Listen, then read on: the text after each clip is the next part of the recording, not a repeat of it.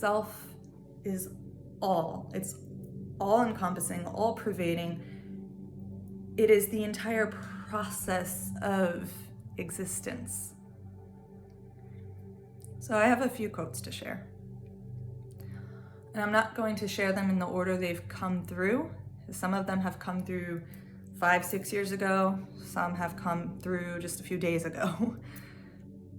But I'm always finding ways to express this more. So the most recent one was in a conversation I had, and it just blurted out. You are not just this being having an experience.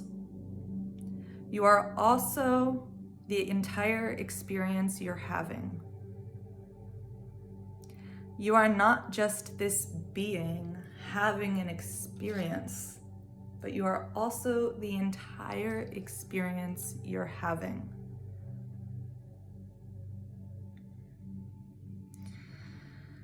So I also wrote about seeing your reflection in everyone and everything. What does that mean?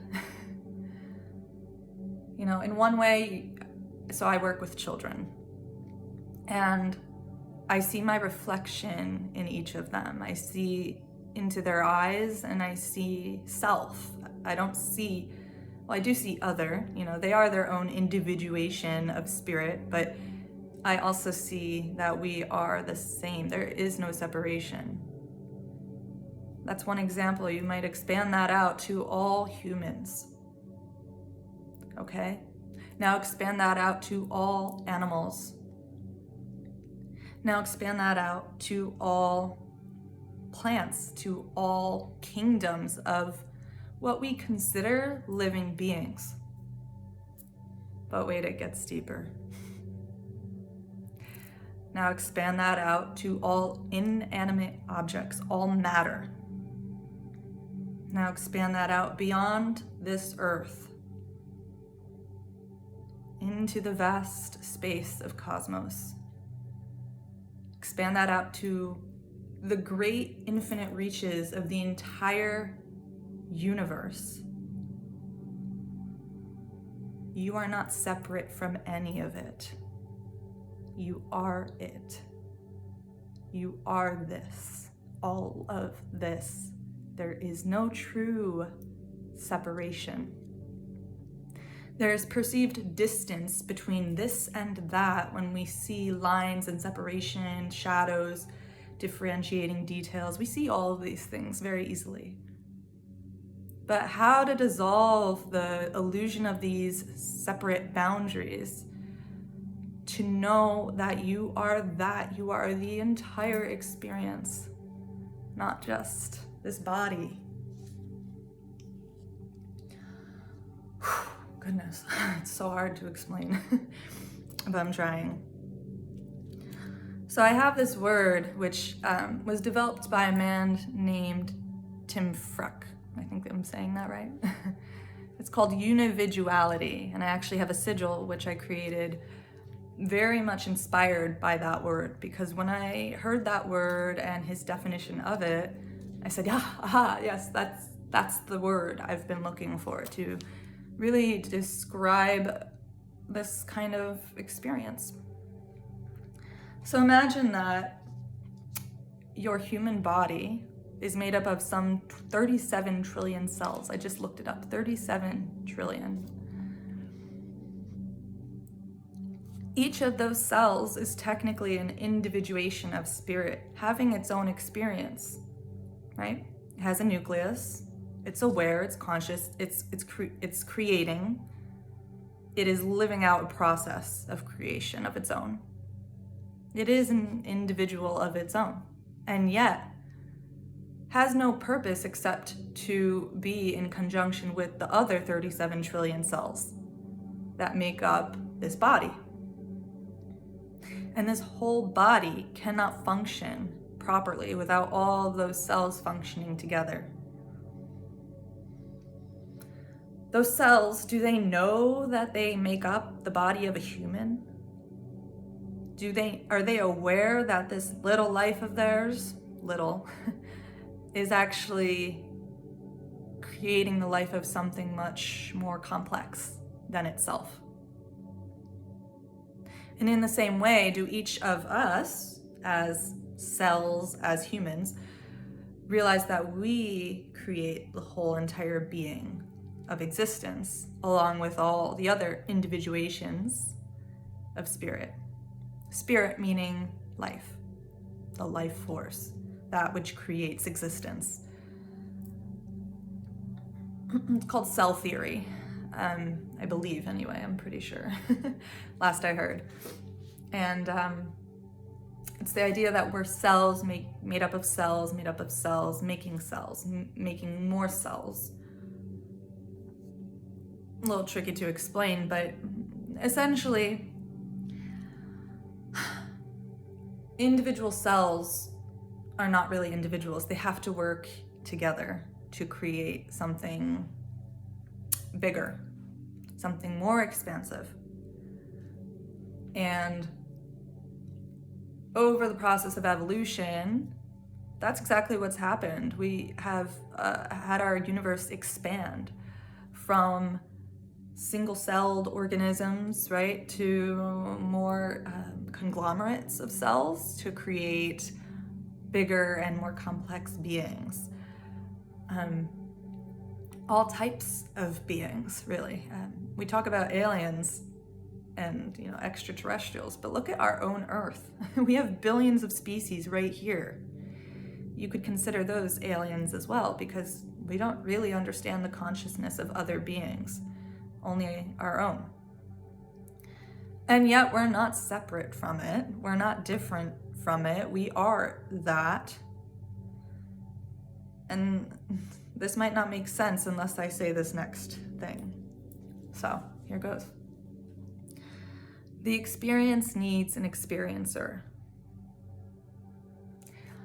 The experience needs an experiencer. And I'm gonna give the analogy that really brought me into the experience of oneness that I had 8 years ago while I was driving in Albany, New York. Yeah, it just happened. And it blew my mind completely to bits in a beautiful way. So, the best analogy I can give, although there might be a better one than what I'm describing here, picture a garbage can in front of you. And you see yourself as this living being, and you see this garbage can as an inanimate object made of matter. Of course, we are also made of matter. Everything is matter, but again, that's the whole point of oneness. Everything is matter. Spirit and matter are one. But suppose that you see this inanimate garbage can and you see that separation. What I realized was that it was only because I, this living being of consciousness, am aware and am having an experience at all, that I am able to experience this garbage can. Therefore, how is the garbage can any different than I am if I have to be aware to experience it? I see it as something separate from me, but is it really? Because if I die, it doesn't exist anymore. To me. Maybe to another being who's still here on this earth, but to my physical individuation of spirit, my body, and the 37 trillion cells that make it up, that compose it, it's only because of that existence that I see existence at all. Therefore, as the experiencer, having an experience, I'm not separate from the experience. I'm not some physical being that's at the end of a process and I'm just having some random experience. I am the entire experience, and it is all one.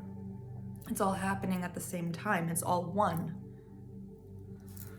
Furthermore, expand that out It's not just the garbage can, it's literally everything around you and beyond you, beyond what you are experiencing, because it's all one process. It's all one process. So it's easy to think I am this separate being. And in our minds, we can see that separation. But if you dissolve those boundaries, and if you dissolve the idea that you are just an experiencer and that's your experience, you see that the experience needs an experiencer. They can't be separate. So you're one with it, and you're always one. You've always been one with it. And when you have this stark realization that, oh, wait, I am the entire universe of experience. Well, let me tell you, you don't feel so small anymore. You don't feel like an ant in this giant world. You remember that you are the entire universe. We're all just pieces, individuations, fragments, fractals, many ways to say this. We are all a bit of the universe. We're all a piece of it, and yet we are the whole thing too. And this word univituality means unit, one, right? Visuality is individuality. So you put those together. You are an individual. We have to accept this in spirituality. There's so much shaming and guilt tripping of the individual. It blows my mind. It really blows my mind. That'll be another topic for another day. But unity, unit, one, is the prefix of the word. And I think rightly so, because ultimately, I've had this conversation with a dear friend that, which is more important, or which seems more, how do I say this? More truthful than the other. And I wouldn't say that oneness is more important than individuality. That's definitely not the case. However, oneness is the ultimate reality. Oneness is what is. This, to me at least, seems very, very, like I can't argue with it. Once I had that experience, I can't argue with myself about which one is first or more important. It's the separation that happens in the unity. The unity doesn't happen in the separation so much as the separation happens in the unity. Now, of course, when you have this experience, it's kind of funny because the unity does happen in the separation, because you start to see that it is all one process. There's many different processes going on. There's all these processes of your body happening all at once to create you. There are entire universes within a drop of water on a leaf, many drops of water on a leaf. Think about the microscopic universes that exist there. And then at the macro level that we can't even really see so far beyond into. But ultimately, all of that is connected. There is no true separation. It's all connected. And that, I can't even begin to describe just how connected.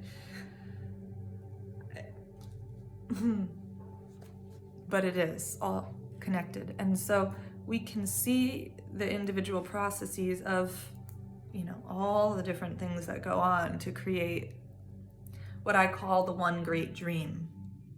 The one great dream. And I guess it doesn't matter if you call it a dream or you call it something else.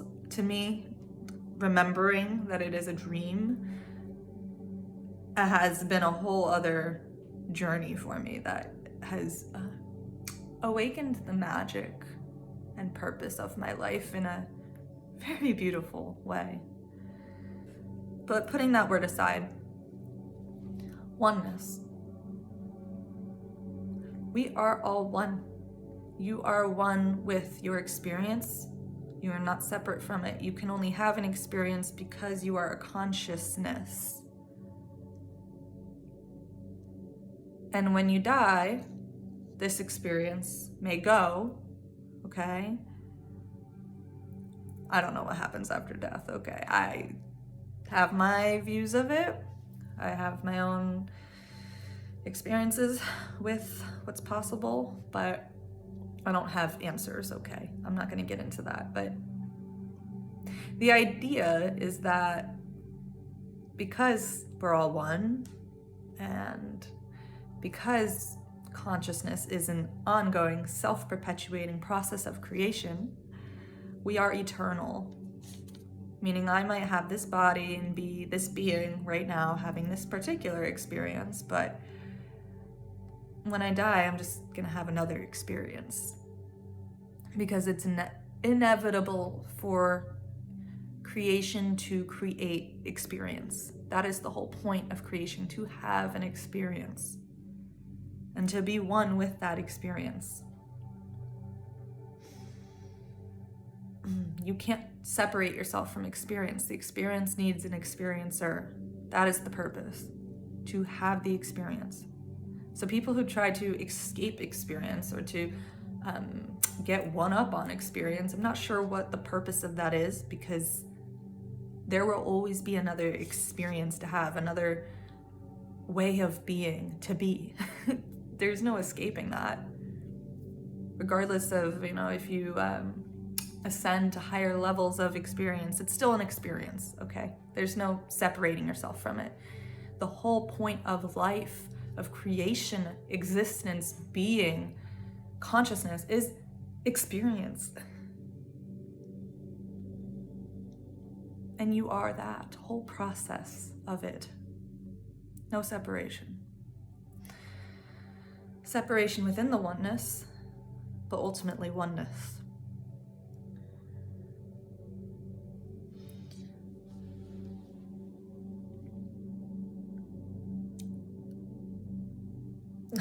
Goodness. I'm not sure if any of that has made sense to anyone. I'm happy to talk about it more, always. It's funny because some people call this yoga. Yoga is just a fancy word for union, for remembering your oneness and wholeness within the process of creation. Simplified. Those are simple terms, but that's really all you need is simple terms. You don't need fancy words and fancy belief systems and fancy processes. Once you have that experience, you can expand upon it all on your own. You meditate on that one experience for years. And you never look back. You never look back to separation because that's always been there. But you expand and you expand and you expand into the infiniteness of what you are. And you remember and remember and remember what you are, which is all of it. All is self. There's not just this self and other selves. You see the reflection of yourself in all other selves as the one self that we all are. And yes, you're an individual being with individual needs, desires, dreams, aspirations, emotions. Denying all of that doesn't get you anywhere. But remembering the oneness and expanding on that in meditation, and I don't mean sitting down meditation, I mean mindfulness meditation. Remembering this mindfully and in your heart, expanding from all of it. There's no looking back. And that's a beautiful thing, because separation, living in separation, is both a destructive force a lot of the time and depressing. To not remember your oneness can be very depressing. when you feel like an ant and so small, when you feel no purpose at all, when you forget the deep unity of it all.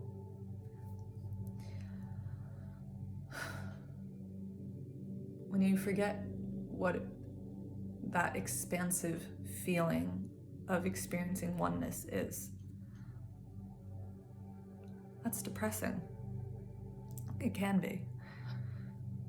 But when you have this experience, you go on a joyride for the rest of your life. That's what it feels like anyway. I'm not sure I'll ever feel depression knowing this experience in my heart, knowing it as an experience. Because as I said, like, I speak words about this, but what does that mean to you if you haven't had that experience? And I hope that these words, if you haven't had that experience, do inspire you into that direction of oneness and wholeness with the whole universe. And if you have had that experience, well, I hope this resonates with you and inspires you further into the unfoldment of your evolution into the experience of oneness. Blessings, love, light, and empathy to all of you, to all of us, to self.